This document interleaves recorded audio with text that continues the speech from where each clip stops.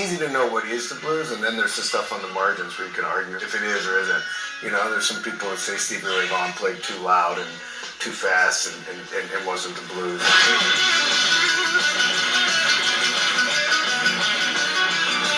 You can make that point, but I think that there's that elemental feeling that they're all going through. Stevie is a very important artist to modern American music. His early tragic demise left, I think, a big crater in the middle of American music that's really never been filled and in some ways can't be filled. Guitar great Stevie Ray Vaughan was killed early Monday morning in a helicopter crash at Alpine Valley in East Troy, Wisconsin. Sunday night, Vaughan appeared with Eric Clapton at an open-air concert in southeast Wisconsin. Following the concert, the musicians and their entourage boarded 4 helicopters for Chicago. In heavy fog, the Bell Jet Ranger had flown into the side of a 1,000-foot man-made ski hill near East Troy. He was set to begin a European tour next week. Stevie's concept of love was just not about individual type love. It was about world love. It was about loving all people on this planet. Amazing grace. The unanswerable question of what other music would he have made, what other people would that music have influenced, what other guitarists would he have discovered and brought along and been a mentor to. I mean, there's no way to know, but I know that stuff would have happened. And to me, Stevie was always still a little bit of a mystery, and I felt that for a variety of reasons there really hadn't been an adequate chronicling of him.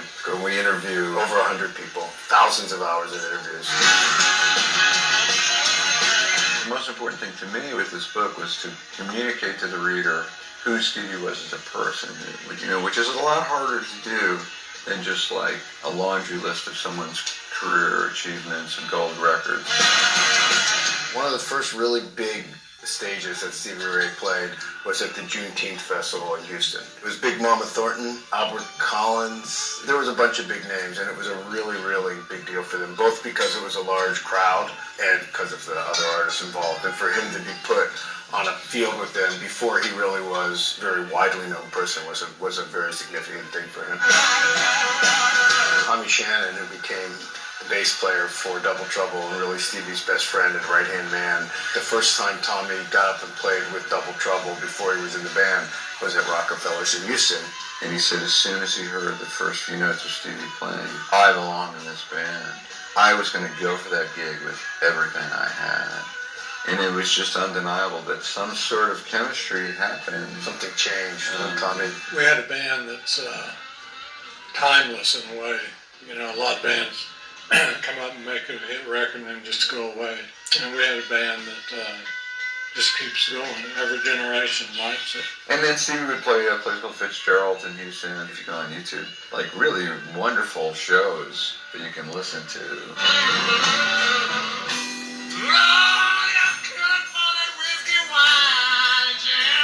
So Stevie Ray Vaughan had an increasingly bad drug and alcohol problem. Going back to when he was a kid, he started drinking. And there were periods where his whole life was a mess. Stevie would be up for 3 days on a speed jag and fall asleep, and they'd sort of slap him around and get him up and prop him up on stage. Once he was upright and with a guitar, he just played as good as he ever played. In 1986, there was a period where he did start to suffer, and he finally, when his health was getting bad, he played some bad shows. Well, he worked out a slide guitar rendition of Star Spangled Banner. Then he did one of these things where he stayed up for a few days, and apparently when he got to the Astrodome, he couldn't remember what the hell he had done, and so he sort of improvised the national anthem.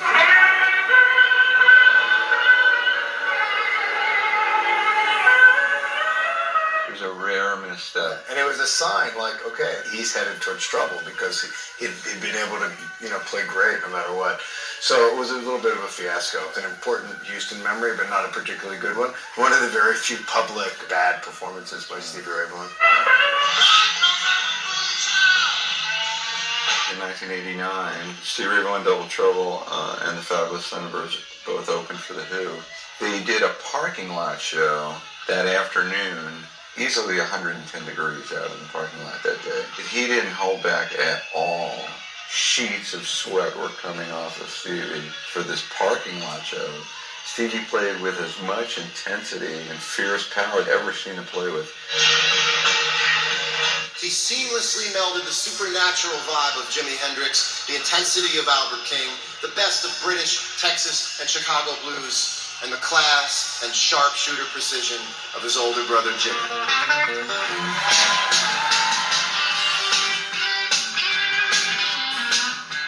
Well, I did a phoner for Family Style with Jimmy. You know, I was asking him to describe how he felt when he listened to his brother play.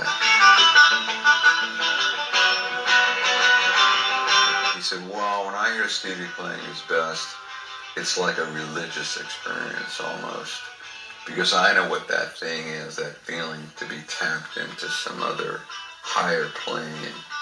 And you feel it, and everybody feels it. It's undeniable. He's not physically here, but he's with me in all my life, everywhere I go, all the time. It used to feel real painful, but it's bittersweet, but it feels really good today. There's no book that has done justice to Stevie as an artist, as a person, and he deserves the best book that we could possibly write, and that's what we set out to do.